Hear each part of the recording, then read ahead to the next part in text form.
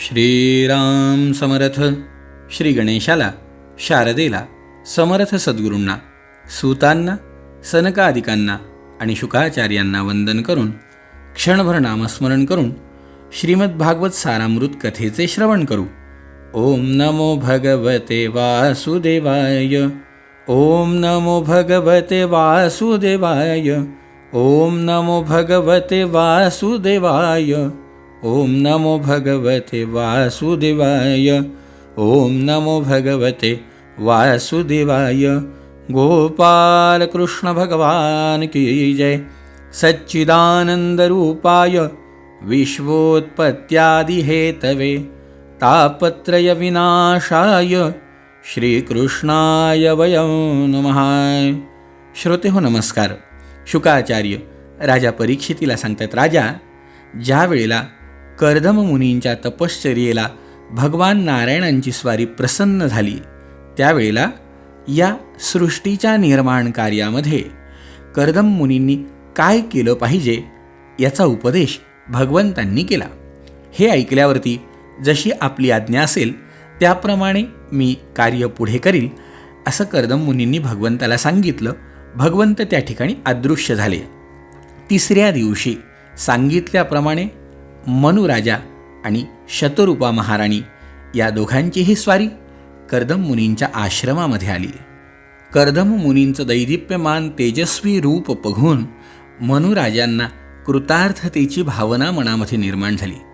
मनुराजाची स्वारी हात जोडून कर्दम मुनींना म्हणतीये, हे मुने, या कन्येच्या स्नेहामुळे माझे चित्त फार चिंताग्रस्त झाले आहे. म्हणून मी नम्र अशी प्रार्थना तुम्हाला करतो की प्रियव्रत आणि उत्तानपादाची ही बहीण, माझी मुलगी, वय, शील आणि गुण यांनी संपन्न असा पती मिळण्याची इच्छा करतीये. जेव्हापासून यदा तु भवतः शील श्रुतरूपवयो गुणान अश्रुणोन्नारदादेशा त्वय्यासीत कृतनिश्चयाय. तिने नारदांच्या मुखातून तुमची यश, गुण, कीर्ती, शील, विद्या, रूप, वय या सगळ्या गुणांची कीर्ती ऐकली, तेव्हापासून तिने तुम्हाला मनामध्ये आपलं पती म्हणून निश्चित केलंय. माझी अशी इच्छा आहे की आपणही तिचा स्वीकार करावा. कर्दम मुनी बघतायत, राजन, का नाही? अहो, उलट आपली ही गुणवान, शीलवान, रूपवान मुलगी माझ्याशी लग्न करू इच्छिते, हे माझं पण भाग्य आहे. का?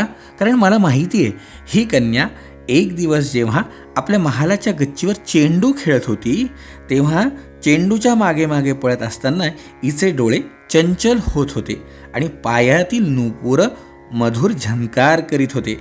त्यावेळी हिला पाहून विश्वावसू नावाचा गंधर्व मोहाने बेशुद्ध होऊन आपल्या विमानातून खाली पडला होता. इतकी गुणवान, रूपवान मुलगी स्वतः येऊन विनंती करीत आहे, आपण सगळेजण येऊन विनंती करत आहात. अशा स्थितीमध्ये कोणता शहाणा पुरुष हिचा स्वीकार करणार नाही? अहो, ही तर साक्षात महाराज श्री स्वयंभू मनुची कन्या आणि उत्तानपादाची प्रिय बहीण आहे. सुंदर स्त्रियांमध्ये ही रत्न आहे. ज्यांनी कधी श्री लक्ष्मीच्या चरणांची उपासना केली नाही, त्यांना तर हिचं दर्शन दुर्लभ आहे. अशी एवढी गुणवान, रूपवान कन्या मला स्वतः अर्धांगिनी म्हणून प्राप्त होतीये. किती माझं भाग्य आहे. का नाही मी हिचा स्वीकार करणार? पण एका अटीवर. काय? माझी अट अशी आहे महाराज, अतो भजिष्ये समयेन साध्वीं यावत् तेजो बिभ्रूयादात्मनो मे अतो धर्मान पारमहंस्य मुख्यान शुक्लप्रोक्तान बहुमन्ये विहिस्त्रान. माझी एक अट आहे. मनू महाराज म्हणतायत, सांगा महाराज, सांगा, आपली काय अट आहे? काय जे आमच्या मुलीमध्ये काय कमी असं तुम्हाला वाटतं? का बरं तुम्ही अट घालताय? त्यांनी पाहिलं, नाही, तुमच्या मुलीमध्ये काही कमतरता आहे म्हणून नाही, पण माझी अट अशी आहे की मी आपल्या साध्वी कन्येचा अवश्य स्वीकार करेन, परंतु जोपर्यंत हिला संतान होणार नाही तोपर्यंतच मी गृहस्थ धर्मानुसार हिच्यासोबत राहील. ज्या दिवशी हिला संतती प्राप्त होईल त्यानंतर मी भगवंतांनी सांगितलेल्या संन्यासप्रधान, हिंसारहित, शमदमांनी युक्त धर्मांना प्राधान्य देईल. मी संन्यास घेईल. ज्यांच्यापासून या वैचित्र्यपूर्ण जगाची उत्पत्ती झाली आहे ना, ज्यांच्यामध्ये हे लीन होतं आणि ज्यांच्या आश्रयाने हे स्थित होतं, ते प्रजापतींचेही पती असलेले भगवान अनंत मला श्रेष्ठ प्रमाण आहेत. एवढीच माझी अट आहे की मी फक्त संतती प्राप्त होईपर्यंत गृहस्थाश्रमामध्ये राहील, त्यानंतर मी संन्यास आश्रम घेईल. हे ऐकल्यावर मनू महाराज आणि शतरूपा महाराणी क्षणभर स्तब्ध झाल्या. विचार करतायत काय करावं. पण आपल्या मनाने सगळं करून उपयोग नाही, मुलीचा विचार घेतला पाहिजे. म्हणून त्यांनी देवाहुतीला विचारलं, देवहुती, अगं तुझं काय म्हणणं आहे? तिने पाहिलं, अहो एवढे तपस्वी, गुणवान, बुद्धिवान, भगवत भक्त पती जर मला मिळत आहेत ना, तर हरकत नाही, त्यांची अट मला मान्य आहे म्हणा. मग काय मंडळी, मुलीने अट मान्य केली. भगवंताच्या आशीर्वादाने कर्दम ऋषींचा विवाह संपन्न झाला. आपली मुलगी मनुराजाने कर्दम मुनींना अर्पण केली. गृहस्थ धर्म सुरू झाला. त्यांचा गृहस्थाश्रम सुरू झाला. मनुराजाची स्वारी आपल्या नगरीला निघून आली. शुकाचार्य म्हणतायत, राजा बहिष्मती नामपुरी सर्वसंपत्समन्विता न्यपतन यत्र रोमाणी यज्ञसांगविधुन्वतः. सगळं वैभव संपन्न असणारी ती बहिष्मती नगरी मनुराजांची राजधानी होती. पृथ्वीच्या रसातळातून वर आणल्यानंतर तिथे अंग झाडताना श्री वराह भगवंताचे केस गळून पडले होते. तेच केस नंतर नेहमी हिरवेगार असणारे दर्भ आणि लव्हाळ झालं.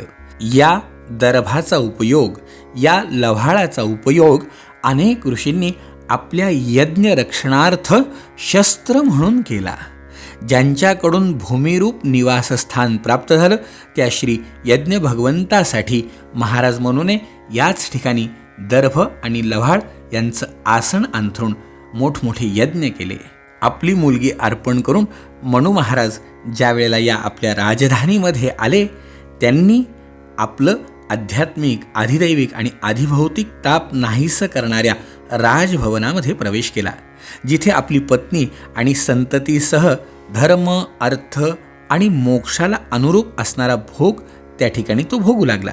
तिथे प्रातःकाळी गंधर्व आपल्या पत्नींसह त्याचं गुणगान करीत, परंतु मनुराजाला त्याच्याबद्दल फार आसक्ती नव्हती. प्रेमपूर्वक हृदयांनी भगवंताचं चिंतन करणं हेच त्यांच्या जीवनाचं मुख्य ध्येय होतं.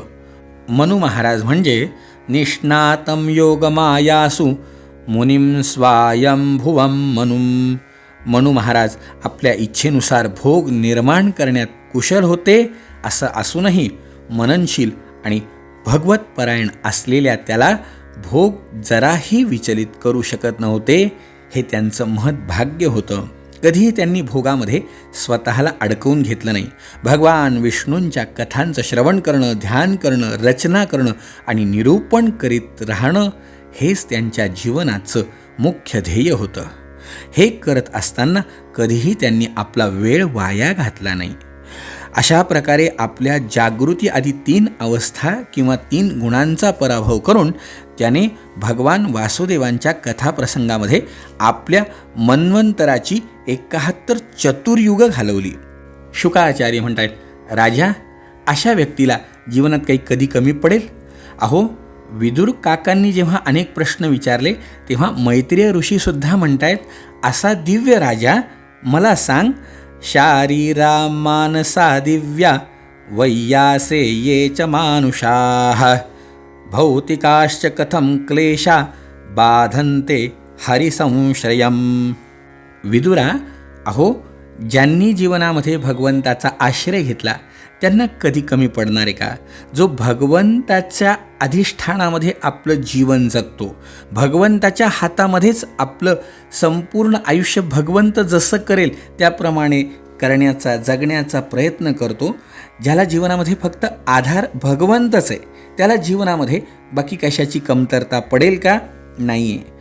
व्यासपुत्र विदुरा, जो पुरुष श्रीहरींच्या आश्रयाने राहतो ना, त्याला शारीरिक, मानसिक, दैविक, मानवी किंवा भौतिक दुःख कशाही प्रकारे त्रास देत नाही.